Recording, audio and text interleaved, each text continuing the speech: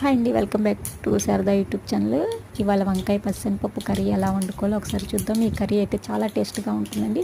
ఒకసారి మీకు కూడా చూపించేద్దామని నేను ఇలా ప్రిపేర్ చేస్తున్నాను. దీనికి కావాల్సినవన్నీ నేను ముందుగా ప్రిపేర్ చేసి పక్కన పెట్టుకున్నాను. ముందుగా కడాయి వెలిగించి బండి పెట్టుకొని పప్పు గింజలు వేసుకున్న తర్వాత అవి వేగిన తర్వాత పచ్చిమిర్చి, ఆనియన్స్, కరివేపాకు వేసి కొంచెం దోరగా ఫ్రై చేసుకోవాలండి.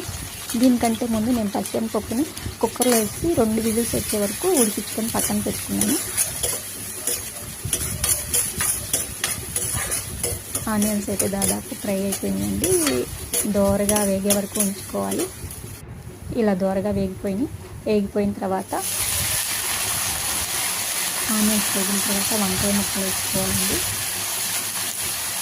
వంకాయ ముక్కలు వేసిన తర్వాత కొంచెం పసుపు, కొంచెం ఉప్పు వేసుకోవాలి.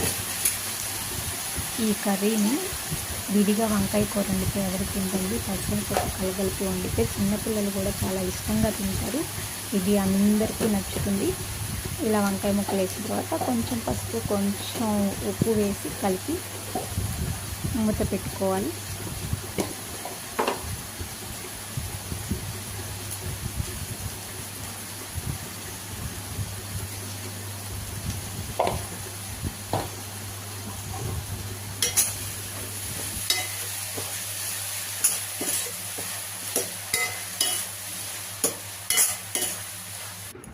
కలిపి మూత పెట్టుకోవాలి. మూత పెట్టుకున్న తర్వాత చూసారా, ఇలా కొంచెం మగ్గిన తర్వాత దీనిలో కొంచెం అల్లం పచ్చిమిర్చి పేస్ట్ వేసుకోవాలండి. దాన్ని నేను వీడియో తీయడం మర్చిపోయాను. కొంచెం అల్లం చిన్నులపై పేస్ట్ వేసుకుంటే చాలా సరిపోతుంది. ఇంకా మనం వేరే మసాలాలు ఏమీ వేసర్లా. అవి వేసి కొంచెం పచ్చివాసన పోయేదాకా ఉంచుకున్న తర్వాత మనం ఉడికించి పక్కన పెట్టుకున్న పచ్చిశనగపప్పు వేసుకొని కలుపుకోవాలి.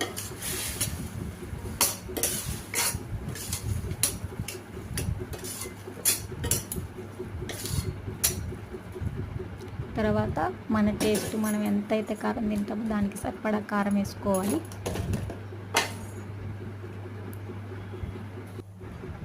టూ స్పూన్స్ కారం వేసుకొని కలిపిన తర్వాత కొంచెం వాటర్ పోసుకొని కలుపుకోవాలి. వాటర్ పోసి కలిపిన తర్వాత మూత పెట్టేసుకున్న తర్వాత చూడండి, ఇట్లా బాగా ఉడికిపోయింది, బాగా దగ్గర అయిపోయింది.